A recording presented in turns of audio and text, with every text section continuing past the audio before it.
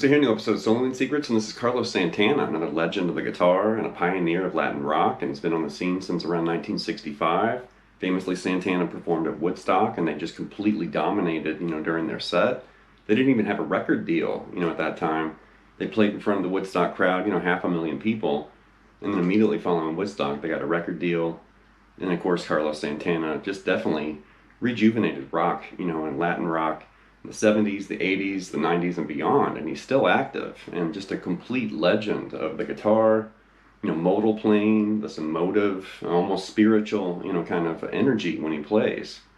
And he's a legend, definitely influential. He's influenced everybody, bending passages and these melodic phrases, modal sounds, and fast legato runs and stuff, the complete package, and a total, guitar legend.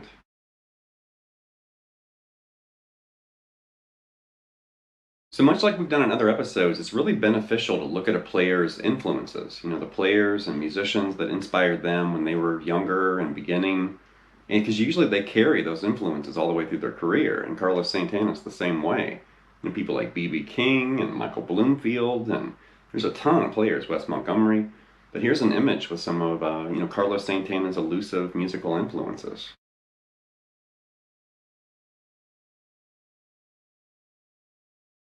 With a guitar legend like Carlos Santana, it's similar to some of the other players we've looked at in the Soloing Secrets series here, but he's had a long career. He's got a lot of studio albums, live albums, compilations, collaborations, guest appearances, studio sessions. He's got a lot of music floating around out there.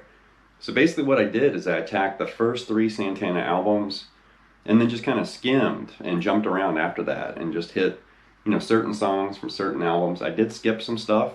There's a lot of music to go through. But this image I'm going to share, it's basically Carlos Santana's Soloing Secrets.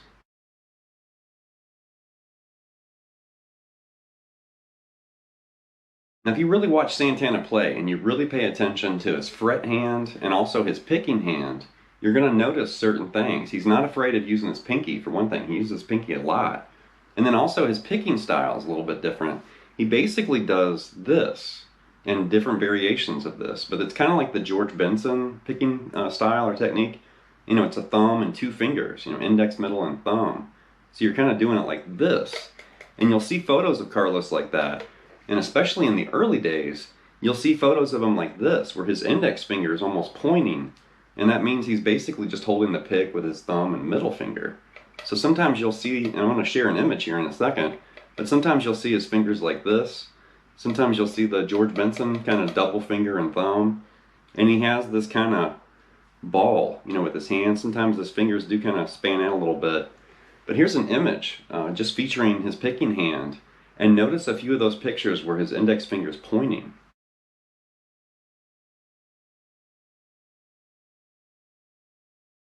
The opening jam, that's just basically a 1-4 in the key of B minor. And it actually reveals the Carlos Santana secret chord progression, which we've talked about that in other episodes for Carlos Santana, and it's also come up in the Frank Zappa episodes on the channel, because that's basically a joke from Frank Zappa.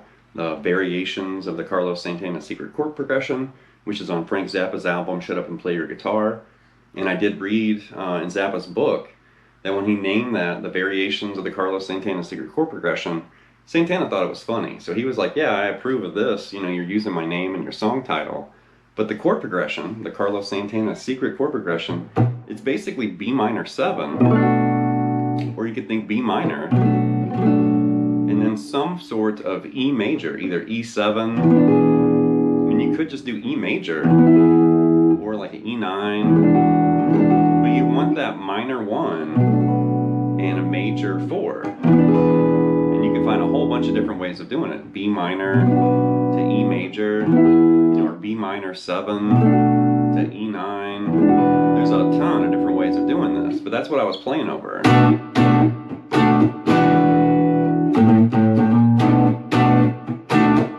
And that delivers that Dorian kind of flavored Santana kind of secret weapon right there. We're going to definitely talk about his scales, but I wanted to talk about what that was I was playing during the intro. As far as Santana's favorite scales, we're going to walk through these in the key of B, and first up is B minor pentatonic, and I'm just going to play the B minor pentatonic box here, but Carlos definitely loves pentatonic scales, like this. Also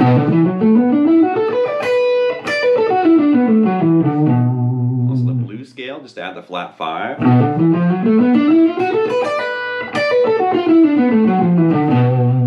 First 7-note scale is going to be Aeolian, or the natural minor scale in the key of B, you know, just the pure minor scale. And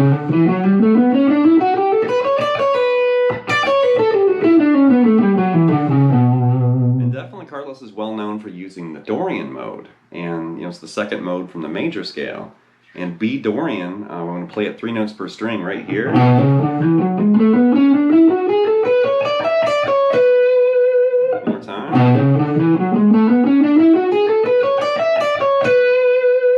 Carlos uses other scales, harmonic minor, sometimes he dips into Phrygian and Phrygian dominant and chromatic scales.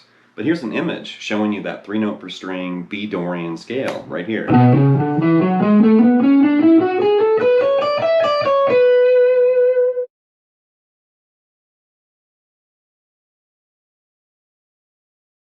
Now to shake things up, let's move to another key immediately. Let's just relocate this to the key of D now, just so you can kind of see it in the location on the fretboard.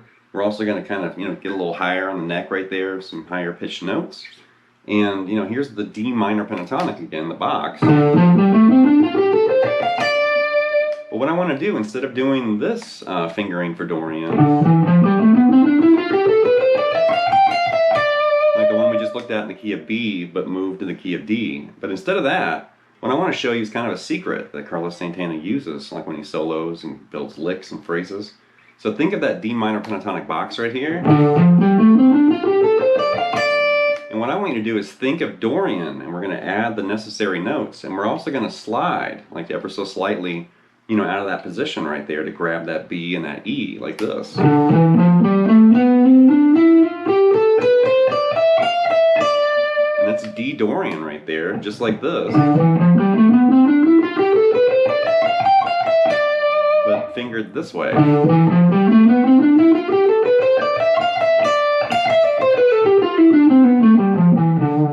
And I like that position and that fingering because you can kind of still see that D minor pentatonic right there. But it's hiding in the middle of that Dorian mode right there.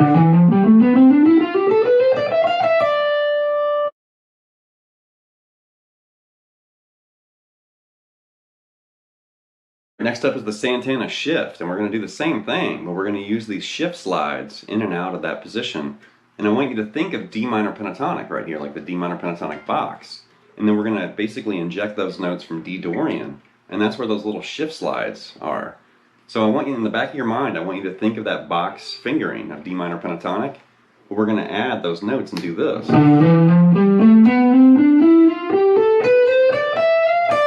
Like that. And if you want to think, you know, like where the slides are, you're sliding every time you're playing a note outside of that box fingering, because there's D minor pentatonic. And then you're sliding this E to that F, and then that G to A, and then grab this B and slide that to that C. And then this E to F, and then grab that A, B, and slide to C. And then D, E, and slide to F. Like that.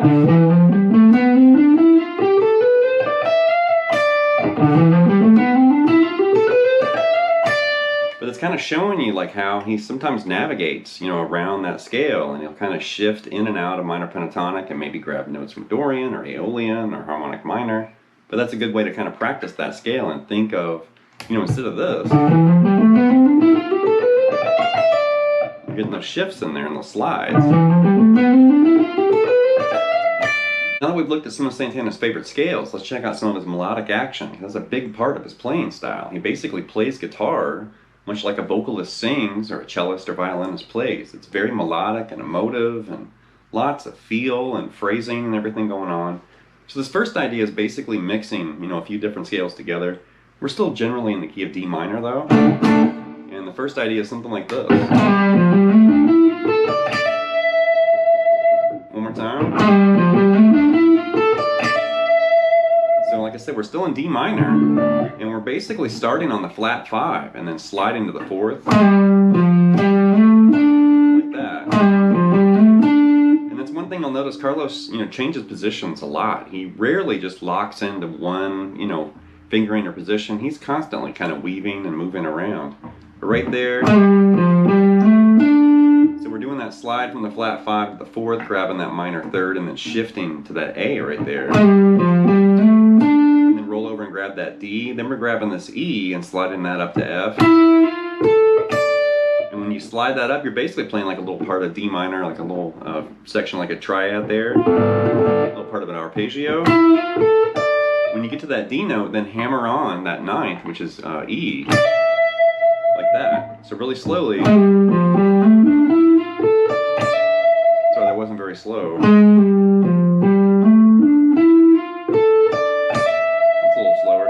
And then at speed, and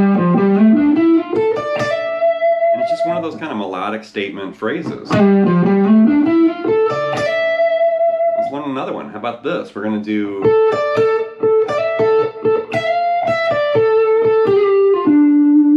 one more time.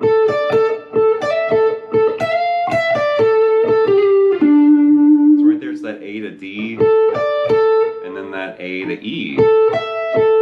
And then we're going to basically kind of shift slide into that F from that E. Right there we're also flirting with that flat 5, you know, grabbing that A flat.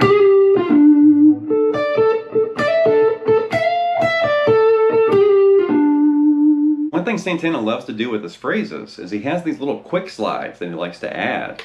And when he's playing through, you know, Dorian licks or pentatonic licks or whatever. And the first one's like this. So right there I'm pulling off F to D and then sliding that E flat into E.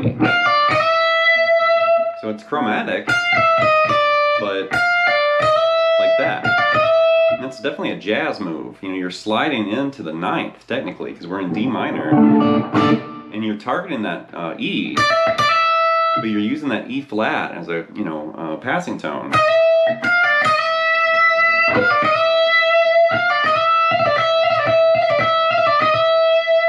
You just hear it just for a second, but that E flat kind of adds a little color right there. Do the same thing on the B string. Now pull off this C to A and then slide B flat to B.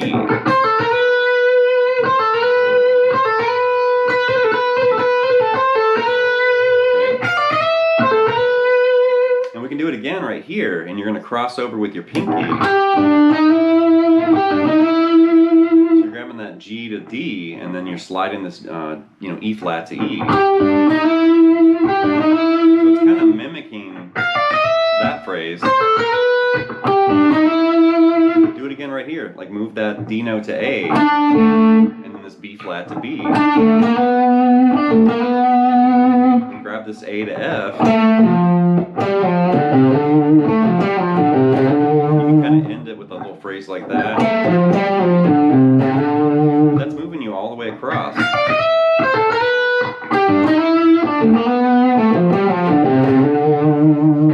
Up next is an actual melodic exercise, and this is really going to help you boost your melodic phrasing and ideas, and it's also going to teach you the importance and power of just one note.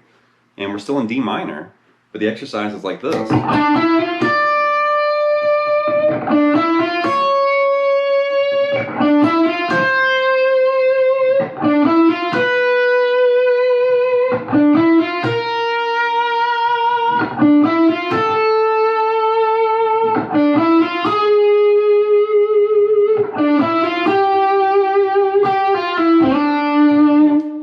basic, but you can see that we're just changing the final note right there. So we're grabbing D, sliding E to F, and then grab D an octave higher. Like that. And you could also bend to that note, but I just fretted it right there in the beginning. Now, change that last note to C sharp, and this is going to imply a D harmonic minor. You could slide there, like that. You could also stretch up. You could grab it right there on the 14th fret on the B if you wanted to, but that's the same note.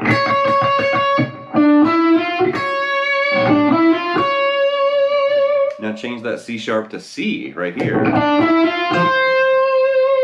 Like the flat 7. Change that C to B. It's going to give a little bit of a Dorian flavor right there.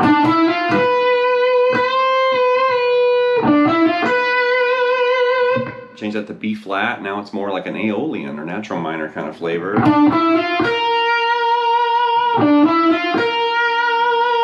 Change that B flat to A.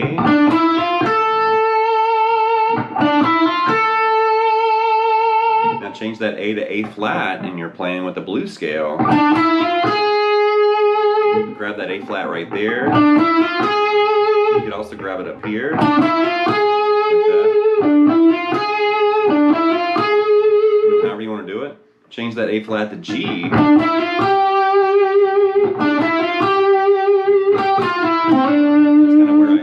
There. But you can walk through that and go slow and like really listen to how that phrase changes when you change that final note. And like I said, that's teaching you the importance of and power of one note.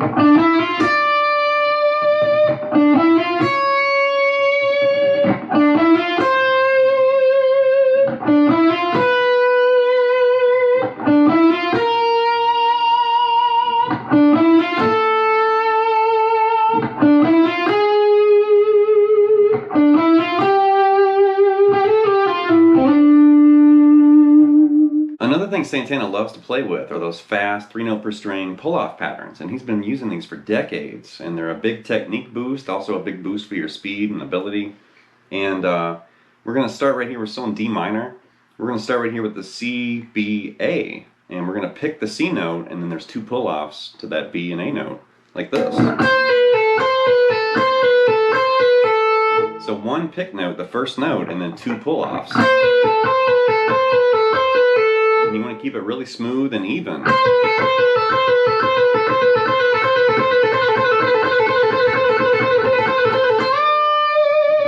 what I want you to do is we're going to take that C, B, and A, and we're going to move up to the next position right here. Now I want you to grab D, C, and B, and we're using different, finger combination, but that's still, basically in the key of D minor. But we're going to do this. Kind of, using that Dorian note right there, that B note. So it's definitely Santana improved because it's definitely Dorian flavored.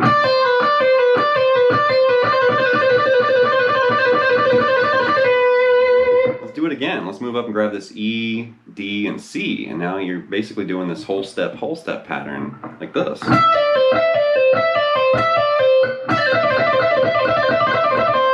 So right there we had, all 3 of your, most common fingerings right there. Pinky, third, and index. Pinky, middle, and index. And then that, fret-spaced pinky, middle, and index. And I would just sit there and just play that over and over and over. And then just slowly get faster. And then do the same thing on the high E string. Grab this F, E, and D. And then this G, F, and E, and do it again. And then this A, G, and F, and do it again. And you can definitely try that in other positions, other keys. You could try other sets of strings. But it does seem like he does it a lot on the B and the high E, it seems, most often. Last but not least, we're going to take a look at Santana's chord form soloing and phrasing. And you could definitely think of this as arpeggios, because chords and arpeggios are the same thing. It's just an arpeggio or the notes of a chord played separately, of course. And we're still in the key of D minor, but I want you to think of this partial, D minor bar chord right there. And we could definitely think of the full D minor bar chord if you wanted to. And you can hear this in Black Magic Woman, of course, which is technically a Peter Green song, and Santana covered it, but you can hear it in that song and tons of other Santana songs. But we're going to basically target this. It's that partial, D minor arpeggio. And then I want you to grab F, bend that to G, return to F, and then E to D, like this. So we're using that arpeggio and then ending with that melodic bending phrase.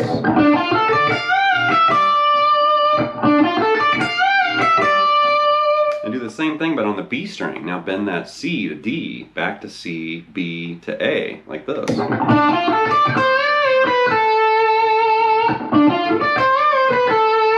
Same phrase we had on the high E, but now on the B string.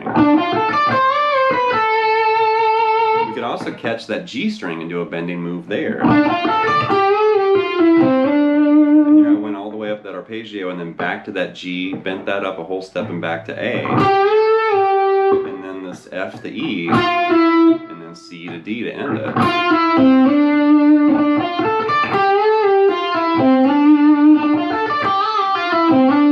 He does phrases like that a lot, where he'll kind of map like an arpeggio, and it could be, this chord form. It could be like D minor up there. It could be a whole bunch of different shapes. It just depends on where you want to put it. But the thing there is you're thinking of that chord form or that arpeggio, and then you're kind of manipulating and adding and bending or sliding and shifting. But you're kind of locked into that, but you're changing it around, and you're soloing within that chord form. That's going to wrap this episode of Soloing Secrets with Carlos Santana, and definitely I'm a big Santana fan. I love Santana. Latin rock's cool. I love all the rhythmic stuff and the modal flavors and these minor keys and stuff. I'm a fan for sure. And I know when I first noticed Carlos Santana, it was that energy and intensity that caught me, and the melodic, themes and melodies and stuff in his music too. But there's this energy, this power. And Santana himself's a very spiritual person, but he's also a very spiritual musician. And you really can just kind of get lost in some of those melodies and some of those, rhythms and grooves and stuff. And it's so infectious where you hear it and you maybe start working on it and playing it. And then you're going to get lost in it where you're like, man, this is so cool and it's fun. And you can get a little sweaty and dig in and definitely, just rock out, using that Latin rock, style. The Dorian mode's awesome. Arpeggios, legato movements, bending and vibrato and stuff. I mean, Santana's got it all. Great player. So anyway, leave some feedback and comments. Please subscribe to Lessons, and I'll be back before you know with more content and material. Thank you.